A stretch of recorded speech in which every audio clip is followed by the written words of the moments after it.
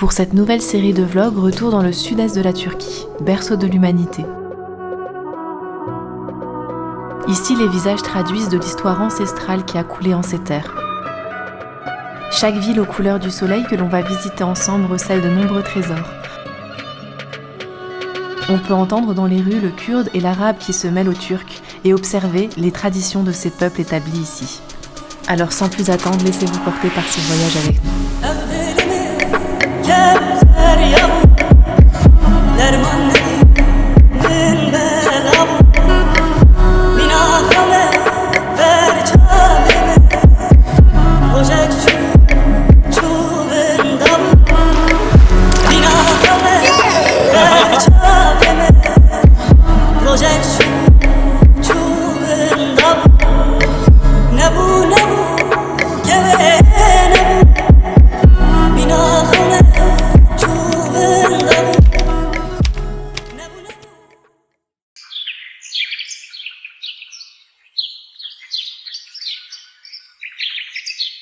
Alors on va commencer cette visite d'Urfa par son musée archéologique en particulier. Pourquoi ?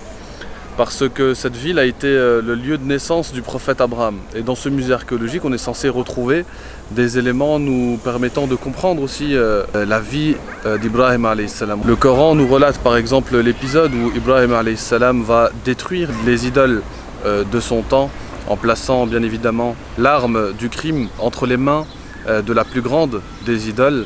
Ainsi, il va démontrer l'impuissance des idoles.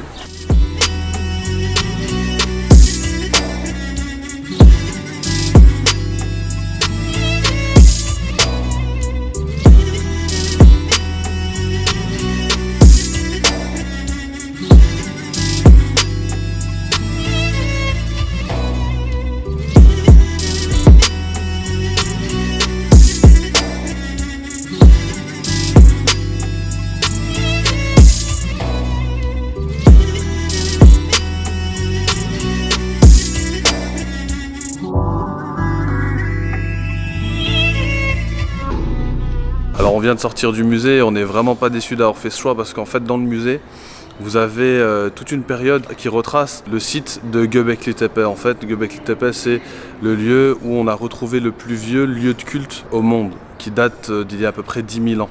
Avant Jésus-Christ bien sûr. Dans cette ville et dans les villes aux alentours, on a retrouvé pas mal d'idoles. Et ça corrobore totalement avec ce qu'on a dans le Coran parce que justement, le Coran nous retrace la vie d'Abraham comme quelqu'un qui vient lutter contre le polythéisme et qui institue le monothéisme et qui permet à la civilisation humaine finalement de reprendre ce chemin du monothéisme parce que pour nous c'est pas Abraham qui a institué le monothéisme mais bien le premier prophète et donc le premier homme, à savoir Adam alayhi salam. Et c'est vrai que quand on voit toutes ces idoles et quand on voit que c'est peut-être ces idoles-là contre lesquelles Abraham s'est levé, ça fait vraiment quelque chose. Pour moi c'était quelque chose de très théorique, d'abstrait, la lutte contre le monothéisme, et là on le voit finalement de manière concrète et même palpable.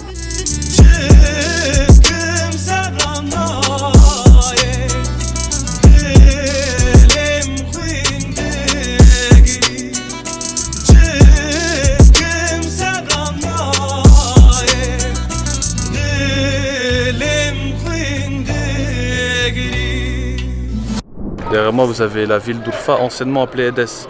Lorsque les croisés ont essayé de reprendre Jérusalem, ils en ont profité pour constituer certains États. On appelle d'ailleurs ces petits royaumes, ces petits comtés, les États latins d'Orient, et parmi lesquels il y avait le comté d'Édesse. Donc c'est dans cette région qu'a été fondé ce petit comté par Baudouin, premier du nom. Et d'ailleurs, derrière moi trône sur la ville une grande tour. En réalité, c'était un clocher d'église qui est utilisé aujourd'hui comme minaret. Est-ce un vestige de cette époque-là? Peut-être pas, parce qu'avant l'invasion latine, ce sont les Syriaques et ensuite les Arméniens qui leur succédèrent.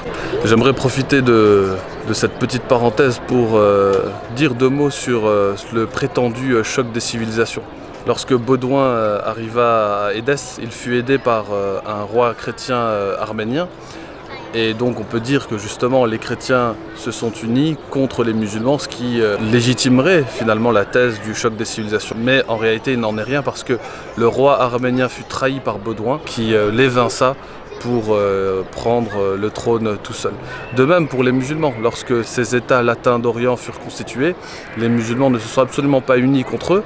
Au contraire, les petits royaumes musulmans se sont fait la guerre en s'alliant justement à ces chrétiens afin d'agrandir leur territoire. Donc on voit bien des musulmans s'allier à des chrétiens contre des musulmans, des chrétiens se trahir et même s'allier avec des musulmans. Les croisades représentent pour moi un bel exemple, non pas qui vient justifier la théorie du choc des civilisations, mais qui vient au contraire l'infirmer. D'ailleurs, je vous invite à lire un livre que j'avais lu il y a bien longtemps, celui d'Amin Malouf, Les croisés vus par les Arabes. Alors, il faut savoir que Urfa est une ville qui a un fort caractère arabe. Et comme dans toutes les villes arabes, on boit un café bien spécial. Ici, on appelle ça Menenguch café. Et en fait, à l'intérieur, on voit qu'ils mélangent au café un des aliments spécifiques de la ville, les pistaches.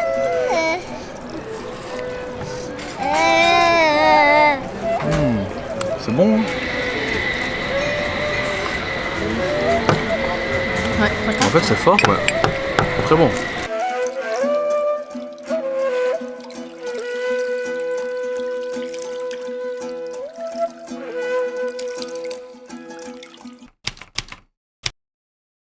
Salam alaikum et bonjour à tous. On se retrouve aujourd'hui dans un lieu ancestral, un terreau d'histoire, en plein cœur de la ville de Urfa. Alors il faut savoir que Urfa c'est une ville qui est vieille comme le monde. Donc du coup depuis qu'on est arrivé, on ne cesse de découvrir des trésors sur les civilisations qui se sont succédées ici. Alors petit Clément s'impatiente quand je reste statique, du coup j'avance avec vous. Donc je disais, alors l'histoire qui nous touche nous intimement, c'est l'histoire liée au prophète Ibrahim, parce qu'en fait il est né ici. Il y a d'ailleurs une belle mosquée ottomane qui a été édifiée à l'emplacement de son lieu de naissance, qu'on va aller voir tout à l'heure. Donc là je marche le long de Gölbaşı, c'est un peu l'emblème de la ville d'Urfa. C'est un bassin d'eau, donc en plein milieu de cette place-là historique, qui est rempli de carpes. Et en fait, l'histoire autour de ce lac, c'est qu'on dit que quand le prophète Ibrahim il a été jeté au feu, son feu s'est transformé en eau et les bûches du feu se sont transformées en poissons. Et donc c'est un petit peu cette symbolique-là qui a été représentée ici à travers cette eau qui est du coup considérée comme sacrée. Et les carpes qui peuplent donc le bassin, pareil, il ne faut pas essayer de les pêcher parce que ça risquerait d'être assez mal pris. Dans ce beau jardin, il y a aussi plein de lieux historiques. Donc derrière moi, par exemple, il y a une église byzantine qui a été transformée en mosquée qui date d'il y a très longtemps. Il faudrait que je retrouve la date. Il y a aussi donc cette mosquée-là qui est aussi une école coranique dans laquelle il y a encore des étudiants qui étudient le Coran. Et il y a donc la mosquée ottomane qui a été bâtie donc sur le lieu de naissance du prophète Ibrahim. Dans cette mosquée ottomane, il y a aussi un endroit en fait vraiment le lieu où on estime que le prophète Ibrahim est né. Donc en fait c'est un peu comme une cavité dans une sorte de grotte, là où ça a été un petit peu aménagé. Il y a encore la source d'eau qui est masquée par des vitres. Et donc il y a énormément de monde qui vient visiter ce lieu, beaucoup de pèlerins, notamment des Iraniens, qui viennent du coup prier sur le prophète Ibrahim. Et il y a aussi une sorte de fontaine dans laquelle on peut prendre de l'eau, et voilà, parce qu'ils disent que cette eau, elle serait sacrée.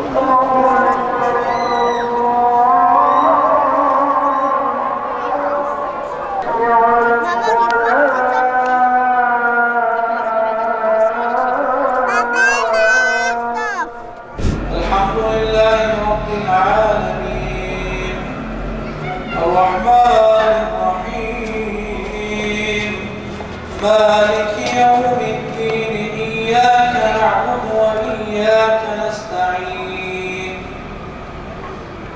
اهدنا الصراط المستقيم صراط الذين أنعمت عليهم غير المغضوب عليهم ولا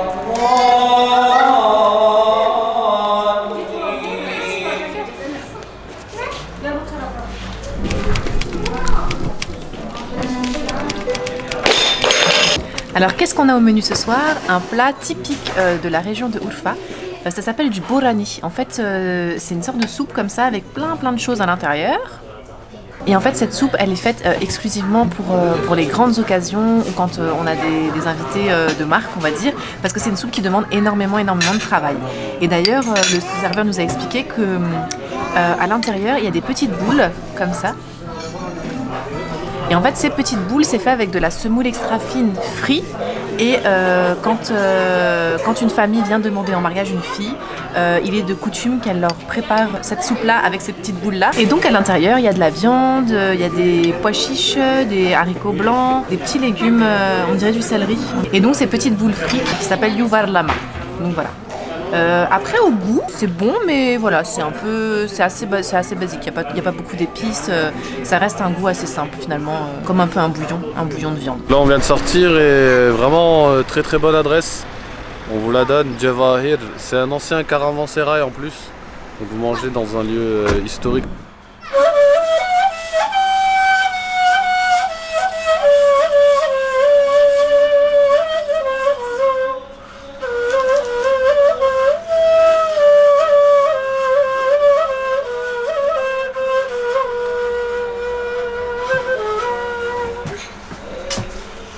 Abi çok teşekkür ederiz abi. Allah razı olsun. Eyvallah cümlemize inşallah. İsmin neydi abi? Mahmut. Mahmut abi.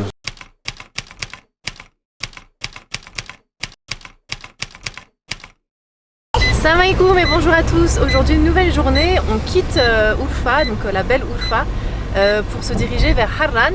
C'est à peu près à 45 minutes de route, c'est vraiment pas loin. Harran, c'est une des villes les plus anciennes de la région. Elle abrite aussi du coup, on pense, une des plus anciennes universités islamiques donc du coup de toute la région. Et cette université islamique qui a vu naître un des plus grands savants de l'islam qui porte le surnom de Shirul l'Islam, donc Shir de l'Islam, Ibn Taymiyyah. Alors en allant vers Harran, notre destination, on a vu qu'il y avait un panneau qui nous indiquait le lieu où avait guéri le prophète Ayyub alayhi salam. Comme vous savez, le récit d'Ayyub alayhi salam est très concis dans le Coran. Il est simplement dit d'Ayyub qu'il était un homme extrêmement patient et qu'il avait été loué à ce titre. Par ailleurs, on dit qu'il était tombé malade et il lui est demandé spécifiquement de taper son pied au sol et de boire de l'eau qui allait surgir de là. Et les gens d'ici estiment, même si bien sûr il n'y a aucune certitude, ce sont des récits qui ont été transmis de génération en génération, que là où nous nous trouvons, c'est exactement le lieu de cette source. C'est dans ces lieux qu'ont vécu les prophètes cités par le Coran. Effectivement, le Coran nous dit aussi qu'il y a eu d'autres prophètes, mais les prophètes cités par le Coran ont vécu dans ces régions-là, dans le Moyen-Orient et particulièrement aussi en Mésopotamie. Burada böyle adet midir? Adettir, sünnet olan çocuklar ey peygambere gelirler yani. إمام الرسل يا سندي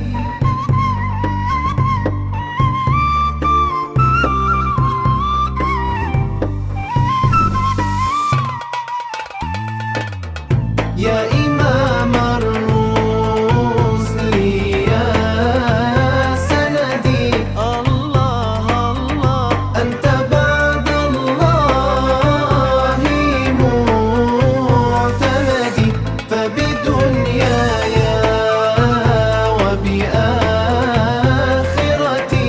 الله الله يا رسول الله بيدي ما رأت عين ولا. Alors on est bien arrivé dans la fournaise de Harran. Je pèse mes mots mais il fait très chaud. Et il fait tellement chaud que dans notre salade au yaourt, on a des glaçons. Oh, gel keyfim gel.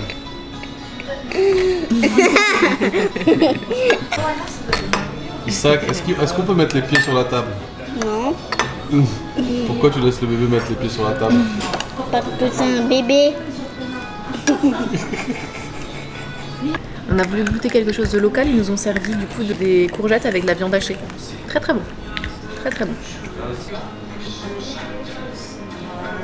Alors juste derrière moi, vous pouvez voir les maisons traditionnelles de Harran, qui sont super jolies. Donc la Harran, c'est vraiment un tout petit village par rapport à l'époque où on dit que c'était la capitale de l'Empire omeyyade. Et en fait, la population ici est arabe. À Urfa aussi, c'est un peuple d'origine arabe, mais qui a été, je pense, assimilé avec le temps. Du coup, ils ne parlent plus arabe. Mais à Harran, par contre, ils parlent encore arabe.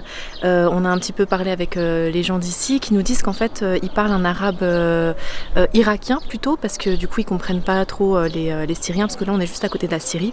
Mais en fait, c'est un peuple qui aurait émigré d'Irak, du coup le dialecte est un peu différent, mais en tout cas ils parlent encore arabe couramment et il y a encore une culture arabe très très préservée par rapport à Urfa par exemple. Alors ce sont des maisons qui sont en terre cuite, pour certaines elles sont plutôt abandonnées, mais il y en a encore là qui j'ai vu qui ont été réinvesties. J'imagine qu'il doit faire frais à l'intérieur, ça doit être ce genre de matériau qui doit bien conserver la fraîcheur en été. ما اسمك؟ أيوب وأنت؟ أحمد شحمت أحمد. صفرون صفرون أحمد شحمت نجمي حين هوى الله الله ما المعافى والسقيم سوا. Evet değerli misafirlerim, şu gördüğünüz kalıntı Harran Üniversitesi. Dünyadaki ilk kurulan üniversite. Milattan önce 3000 yılından kalma Asurlar ile Babiller tarafından kurulmuş bir üniversite kalıntısını görüyorsunuz. Üniversitede bazı bilim adamları burada yetişmiş. Bunların bazıları Cabir bin Hayyan, Sabit bin Kurra, El-Battani, Farabi burada yetişmiş. Farabi ünlü matematikçi. Irak'ta hocalık yaparken gelip burada felsefe derslerini almış bir bilim adamı. Alors le guide du dimanche a oublié de dire aussi qu'on étudiait l'islam dans cette université. Et dans cette ville est né et a étudié par exemple Ibn Taymiyyah. Par contre le mausolée d'Ibn Taymiyyah est à Damas. Pour ceux qui ne connaissent pas l'histoire de sa mort, elle est assez tragique parce qu'en fait, fidèle à ses idées, il a toujours défendu ses opinions, où qu'il soit envers et contre tous, notamment contre l'intelligentsia en place. Il a été emprisonné pour ses idées et durant son emprisonnement, il a écrit une raddiya, un manifeste d'opposition contre l'intercession des morts. Alors, on est tous d'accord avec Ibn Taymiyyah sur ce point, mais à cette époque-là, il était admis que les morts pouvaient intercéder.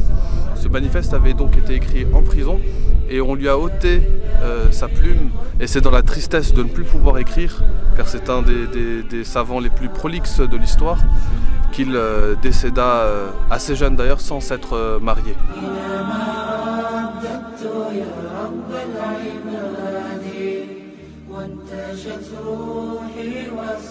Je vous dis à très vite pour la suite de notre périple à Diyarbakır.